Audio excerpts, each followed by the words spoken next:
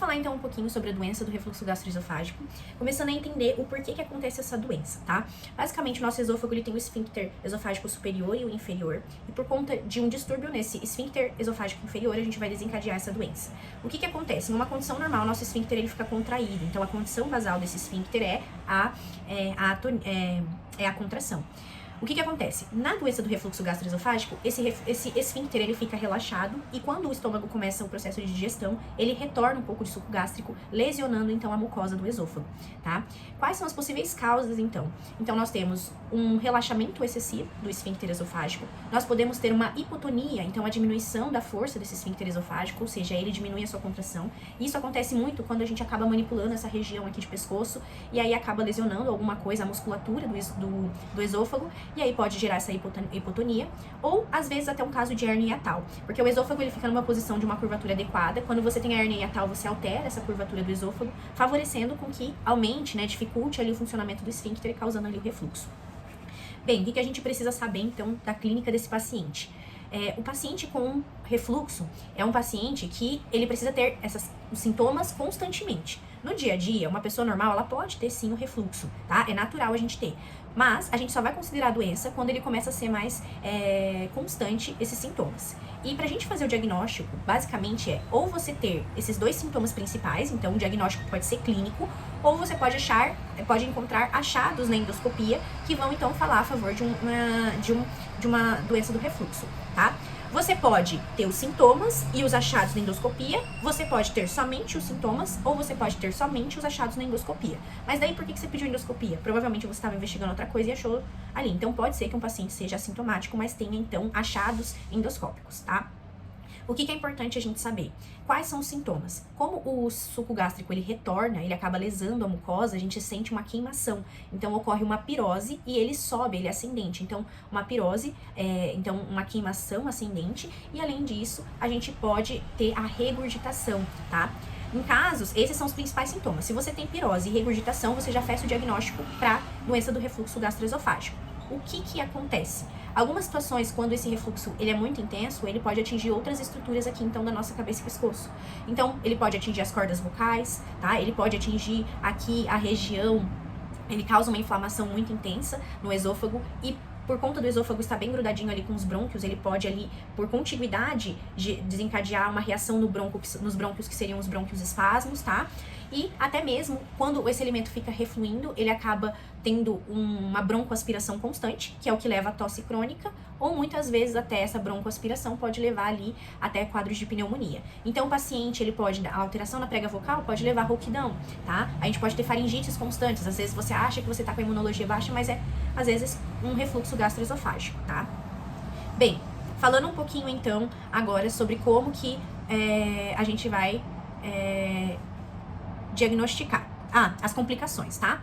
É muito comum existir algumas complicações por conta dessa lesão ali no esôfago, tá? Então, basicamente, a gente pode ter uma inflamação do esôfago por causa da lesão dessa mucosa. A gente pode ter uma lesão tão intensa que às vezes pode fibrosar aquela região e gerar, então, uma estenose, tá? A gente pode ter uma lesão tão intensa que pode gerar uma perfuração ali de camada, perfuração mais uma profundidade muito intensa, que é uma úlcera, ou a gente pode ter também ali o esôfago de Barré, que eu explico depois mais ou menos o que poderia ser, que é uma lesão que pode vir a se tornar um câncer, tá? Como que a gente vai fazer o diagnóstico? Então, no primeiro momento, né, o diagnóstico ele é clínico, a não ser que você não tenha sintomas clínicos. Mas você pode também lançar a mão na endoscopia. Na endoscopia, você vai ter alguns achados característicos. Na endoscopia, você não vê o refluxo. Você vê, então, o estrago que aquele suco gástrico fez ali na lesão do esôfago, tá? Mas a gente observa que no dia a dia, quando você tem a clínica, os médicos não acabam pedindo endoscopia. Eles só vão solicitar a endoscopia para você se você tem achados um pouco mais graves que nos faz pensar, além de uma doença de refluxo gastroesofágico, nos faz pensar em, por exemplo, um câncer, tá, de esôfago. E quais seriam esses sinais de alarme que nos faz solicitar, então, a endoscopia? Um paciente maior que 40 anos, um paciente onde ele começou a vomitar sangue, um paciente que está com quadro de icterícia, um paciente que perdeu muito peso. Então, tudo isso seriam sinais de alarmes pra gente, então, solicitar a endoscopia, tá? Como muitas vezes você começa a tratar esse paciente com a clínica de refluxo gastroesofágico e aí ele não melhora, você pode, então, lançar a mão também na endoscopia, tá? Para casos refratários. Bem, além disso, E aí, como eu disse, na endoscopia você pode enxergar essas complicações. Então, a estenose, a úlcera, tá? A esofagite, tudo isso. O exame padrão ouro, tá? Seria a pH-metria, tá? O que acontece aqui na pH-metria? A pH-metria é o exame padrão ouro porque ela monitora 24 horas o pH do esôfago, tá? E vai registrando aquele pH, ou seja, quer dizer que ela consegue ver se existe lesão ácida e, consequentemente, a gente tem ali, então, uma doença do refluxo gastroesofágico. A pH-metria, ela não pega refluxo básico, tá? A gente sabe que tem o refluxo básico. Por isso que alguns lugares hoje dizem que existem outros exames que seriam melhores que a pH-metria, como a impedanciometria, tá? Mas, ainda assim, é consenso que a pH-metria é o exame padrão ouro. A impedanciometria, ela vai avaliar o refluxo ácido e básico, tá? A gente vai ver que a impedanciometria, ela vai ser utilizada pra gente ver a melhor técnica cirúrgica, tá? Porque ela vai avaliar como que é o peristaltismo do nosso esôfago, tá? Basicamente, ela vai ver se você consegue fazer ali, a gente vai ver as cirurgias ali, quais os melhores métodos de cirurgia. Bem, vamos falar um pouquinho sobre o tratamento. Então, nós temos, no primeiro momento, que tentar fazer um tratamento não medicamentoso, então medidas anti-refluxo. Entre elas, a gente sempre deitar com a cabeceira um pouco mais alta, então vários travesseiros, porque se você ficar deitado, o refluxo ele vai por toda a região do esôfago, tá? A gente pode também perder peso, porque o excesso de peso aumenta a pressão intraabdominal e, consequentemente, acaba facilitando ali que ocorra um refluxo gastroesofágico, então aumenta a pressão e favorece o refluxo. Evitar alimentos, tá? Que agravam ali o refluxo. Existe até umas listas de alimentos, mas também evitar comer e deitar, tá? Que isso pode aumentar ali o refluxo. Então, sempre fracionar a dieta e não deitar e ir comer depois, tá? O tratamento farmacológico, a gente não tem nenhum tratamento que vai fazer com que esse esfíncter ele fique mais contraído. Então, o que a gente pode fazer é alterar a acidez do estômago para ela gerar menos lesões na mucosa esofágica. Então, basicamente, aqui é o inibidor de bomba de prótons. Então, o inibidor de bomba de prótons, ele vai atuar, então, na cascata ali que produz a acidez, né, o ácido gástrico, e, consequentemente, a gente vai diminuir a acidez desse estômago. Então, basicamente, quando o suco gástrico voltar, ele vai lesionar menos, então, o nosso esôfago, tá? O que a gente propõe? Se um paciente, ele tem alguns episódios, a gente até fala que a gente usa o inibidor de bomba de prótons na dose plena, tá? E se é um comprimido uma vez por manhã, geralmente a gente usa uns 40 dias. E se a gente observar que ele começa a voltar com sintomas, então ocorreu uma recorrência, então ele sempre está voltando por conta de retorno dos sintomas, a gente pode, então, sempre voltar não, ele apresenta esses sintomas de vez em quando. Então o que a gente faz? A gente pode dar o inibidor de bomba de prótons por demanda, então quando ele precisar, tá? Ou se ele não apresentar melhora, tá? Com a dose plena de 20, a gente pode dobrar a dose. Então assim, recorrência, a gente vai utilizar sobre demanda. Não teve uma boa resposta no primeiro momento, com inibidor 20mg, por exemplo, o omeprazol, a gente dobra a dose, tá? Tomando 2 vezes ao dia o comprimido. Lembrar que os inibidores de bomba de prótons, eles não agem logo na hora, eles demoram alguns dias para começar a fazer efeito e mudar a acidez. Então, se existe um caso pontual, que você está tendo um refluxo agora, teve um refluxo dali 2, 3 semanas, você pode usar os antiácidos. Os antiácidos, eles não fazem o tratamento por si só do refluxo gastroesofágico, mas eles ajudam a amenizar os sintomas naquele momento. Então, ele é um pouco mais pontual, mas menos eficazes, tá?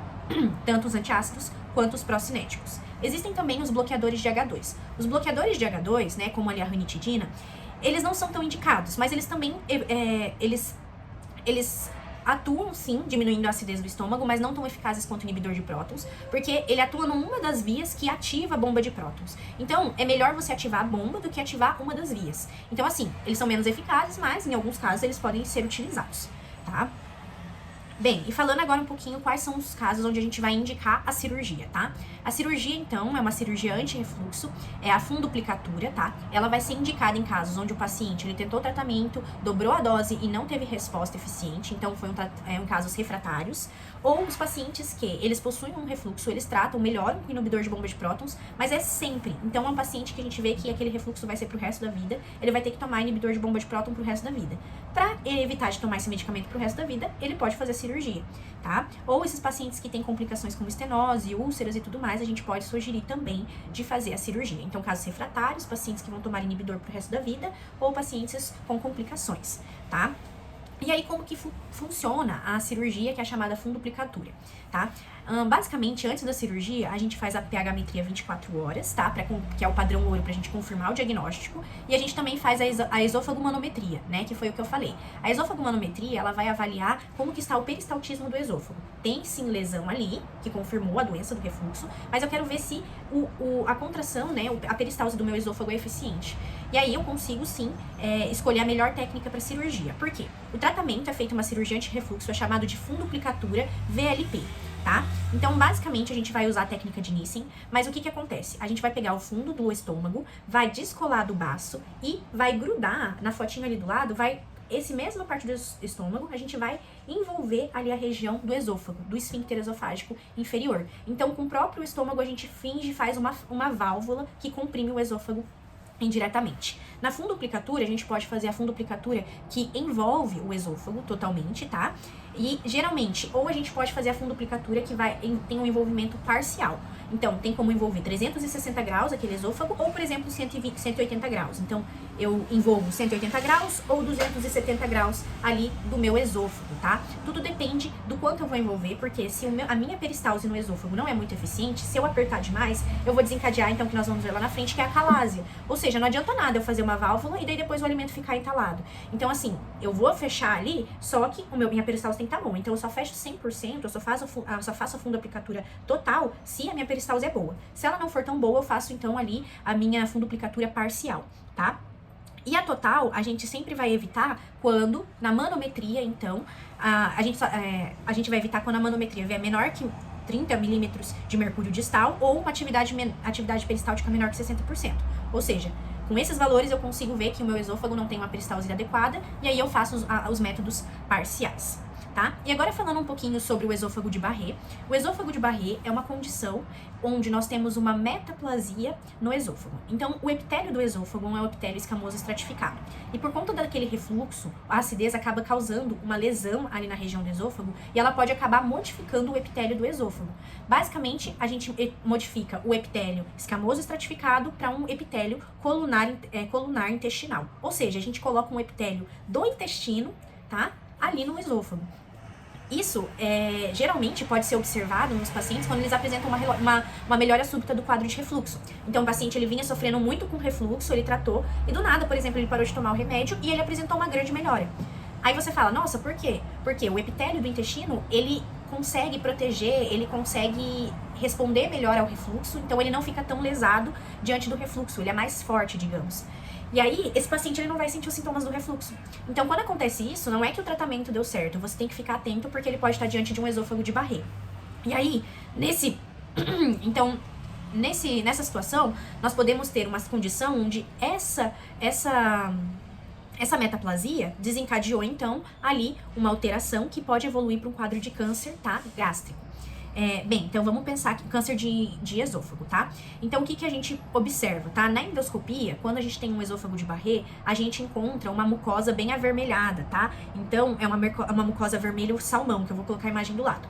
Isso não fecha diagnóstico de esôfago de Barré. O que fecha o diagnóstico é a gente biopsiar e ver se pode ser um câncer, tá? Mas é muito sugestivo de esôfago de Barré, tá? E daí na biópsia, se vier metaplasia intestinal, aí a gente com certeza fecha o diagnóstico de Barré. Qual que é o tratamento? A gente também vai usar inibidor de bomba de próton, tá? E a gente vai começar a fazer, então, um acompanhamento com a endoscopia, porque a gente tem uma alteração no epitélio do esôfago que pode virar câncer. Então, a gente começa a acompanhar esse paciente. A gente trata ali a doença, trata ali o problema do refluxo, que mesmo que diminuiu a gente trata e vamos acompanhar. Se na biópsia vier uma metaplasia, a gente vai acompanhar com endoscopia alta a cada 3 a 5 anos, ok? Se na biópsia vier uma displasia de baixo grau, a gente vai acompanhar com endoscopia a cada 12 meses, ou seja, uma vez por ano. E se na biópsia vier uma displasia de alto grau, além de acompanhar a cada 12 meses, a gente pode fazer a ablação endoscópica, então a gente queima aquela lesão. E se na biópsia vier uma displasia de alto grau, por exemplo, um câncer in situ, a gente vai fazer a ablação e vai fazer a esofagectomia, ou seja, a gente vai tirar então ali a região do esôfago. Caso na biópsia venha um adenocarcinoma invasivo, ou seja, venha um câncer de esôfago, aí a gente vai ter que então fazer a retirada do esôfago mesmo, só que um pouco mais, uma esofagectomia um pouco mais elaborada.